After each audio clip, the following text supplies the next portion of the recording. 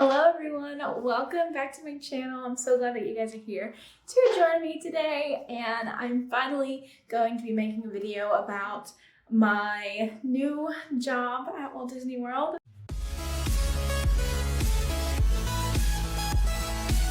I am going to be a fairy godmother in training at the Bibbidi Bobbidi boutique in Magic Kingdom starting September 8th is my start date technically, but I have to go through the Magic Kingdom orientation as well as on-the-job training. So we'll see how long that takes. I can't give you guys any insight yet on what the actual job is kind of like and what the training is all about. And I'm doing a lot with my hands. I'm just gonna put them away. So I have worked for Disney technically since January of 2017.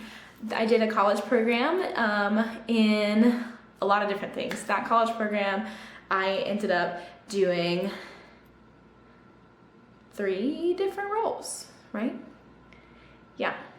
Anyways, I have done everything from attractions and merchandise and currently leaving vacation planning.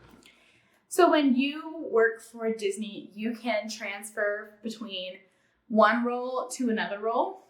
And as long as it's a lateral move and not necessarily an upward move, like you can't really go from a base cast member to a coordinator role necessarily on Transfer Genie. That's going to be more like something that you do on My Disney Career where you're applying for something. But just transfers that don't necessarily need to be an upward movement, you can do on Transfer Genie. So when I was leaving my internship, I wanted to have a part-time job with Disney because I did plan on going back to school. So I had applied for vacation planning and boutique hostess at the same time. Vacation planning actually snagged me up real quick. 6 hours is how long I was on the transfer wait list for vacation planning, and they took me over. You can put in for 2 roles and 5 locations within each of those roles. So I had chosen vacation planning, and then I had put all 4 parks on as my location. And then I chose boutique hostess, which you can only, now you can do 3 locations on that one because they opened up a new one, but last year they only had 2 locations. So I put Disney Springs and Magic Kingdom.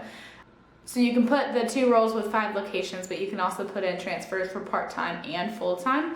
So that means that if you get taken for part-time, your full-time transfers are still active because you're able to go part-time to full-time at any time, but you can't have any more part-time transfers active because once you're part-time, you can only transfer to another part-time role after a year within that location. Pretty complicated, right? Okay, so vacation planning took me part-time. However, I still had a full-time transfer in for boutique that I was on the wait list for, and I actually was on that wait list for like 3 or 4 months before I decided that I didn't want to transfer from vacation planning actually. So I took my name off that wait list because I didn't want to wake up one day and be like, oh crap, they took me. Like I didn't want, and also I wasn't interested in leaving vacation planning at that point in time, so I didn't want to take a job away from someone else who really wanted to get out of their current location and be able to go work at the boutique. So I took my name off the wait list probably back in January or February, and I was perfectly happy in vacation planning. I still really recommend vacation planning to everyone who loves working for Disney and knows a lot about Disney and has a lot of patience. Because if you know anything about me, I am a very fun-loving kind of gal. I don't let anything get to me. Everything just kind of goes with the flow. I'm very creative, very out there. I'm a storyteller for sure. And in vacation planning, it's very negative. You don't necessarily get to go and have fun with them or see their like fun vacation. You're just the one that says, hey, all this fun you're about to have, you have to pay a lot of money for it. And a lot of times you'll get people who are really upset with you just because things don't always work out. And vacation planners / guest relations are always the ones to hear about it. So my job kind of got to a point where I was thinking, this is not for me. It's not my lifestyle. I love kids, I love making people laugh, I love making people have a great time, I love making magic, I enjoy living in a fairy tale. If you've ever met me, I am freaking Tinkerbell, I am a fairy, so why would I not go to fairy godmother school? But yeah, I was looking for something more fun and kind of fit my vibe a little bit better. So I went ahead and I put my name back into transfer, and this time I was only on the wait list for like 3 days before they had me schedule another casting interview. So I scheduled my casting interview and did that on July 3rd actually. So I did my casting interview on the phone and it was super quick and easy. I don't know if there's any tips that I can tell you on that, because it's literally just like any other Disney film interview ever. I think that I'm sure that a lot of you guys are interested in watching this video because you're trying to work at the boutique on your Disney college program, and if that's the case, your phone interview means a lot because it's your only interview. So in that case, I would definitely recommend kind of getting into the character of being a fairy godmother on your phone interview. So like literally talking like a fairy and making your life a fairy tale and kind of even incorporating some of the princess's stories into your phone interview. I think that will be a really good idea. But if you're doing this as like part-time or full-time and you're already working for Disney, or you live in the Orlando area and you're able to do that secondary interview, that's kind of where you're gonna let your freak fly. It's gonna where you're gonna like be a fairy godmother.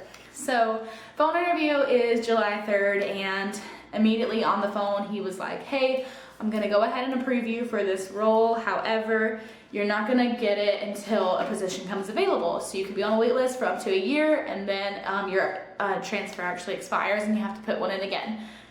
So he said, you know, me giving you this approval does not mean that you've got the job.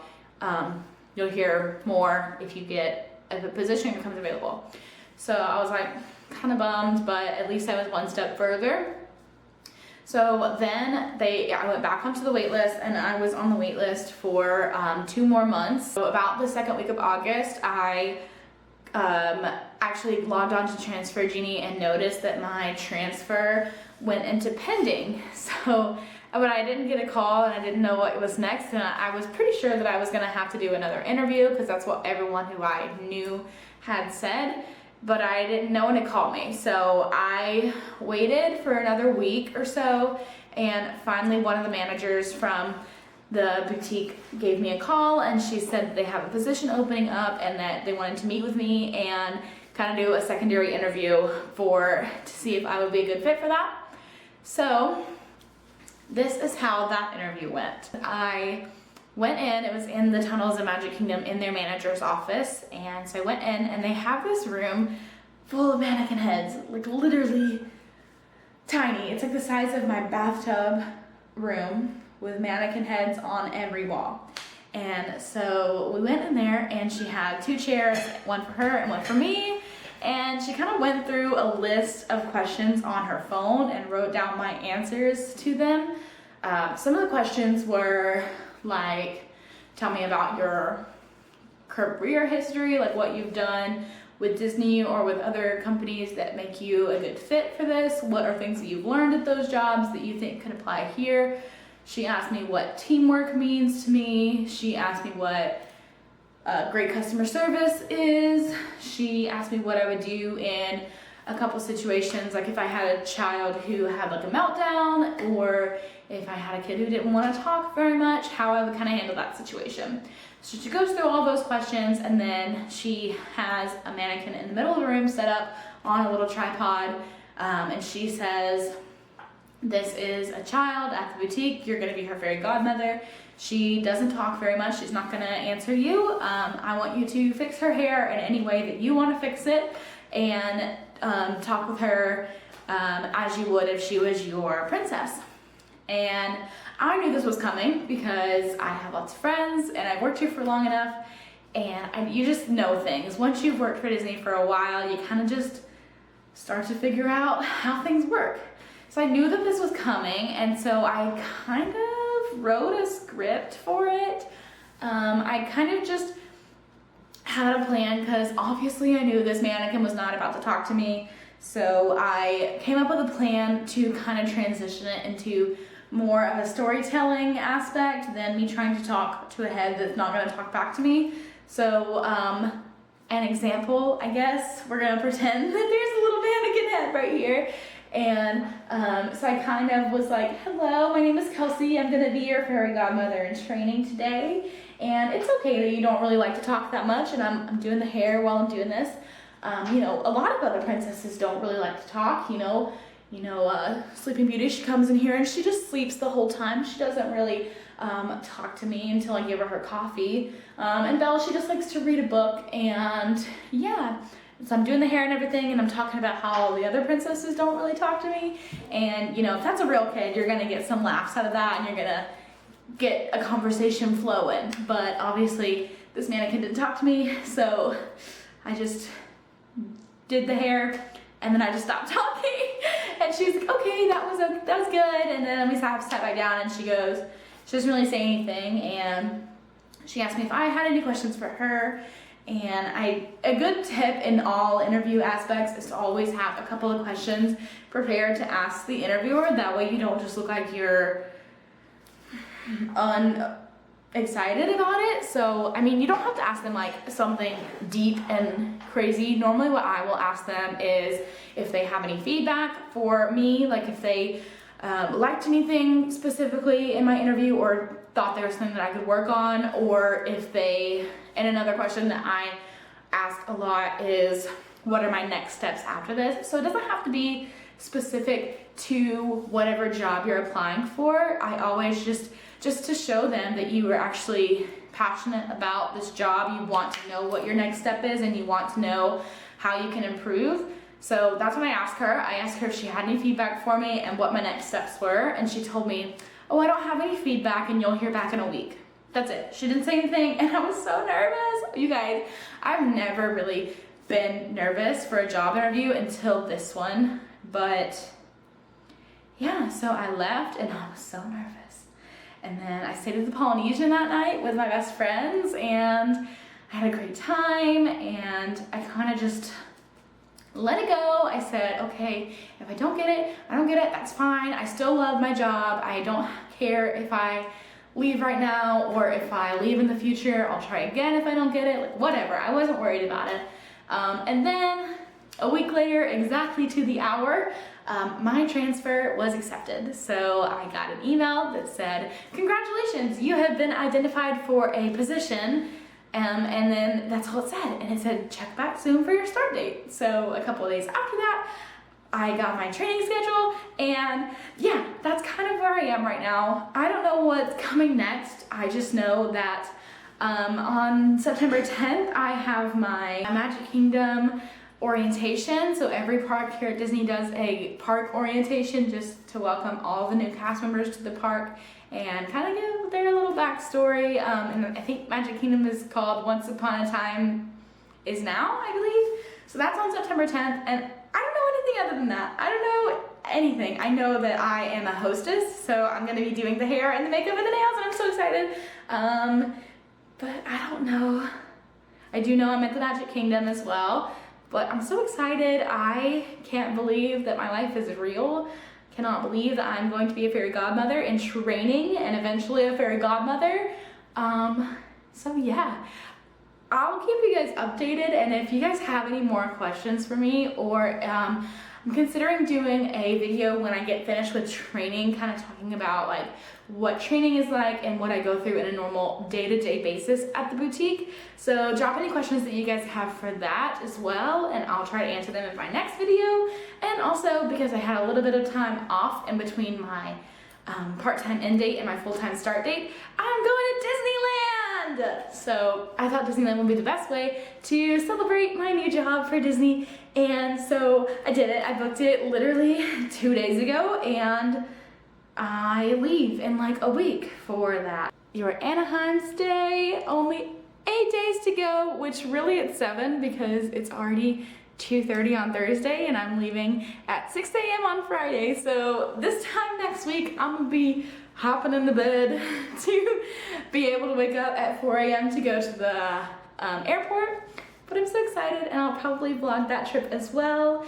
And I'm gonna be wearing these overalls again, so they're gonna be making tons of appearances in all my videos. I also filmed another video today that'll probably go up before this one. So if you guys get sick of this outfit, let me know.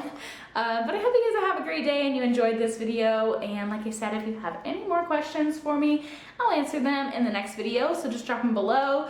You guys can also follow me on Instagram and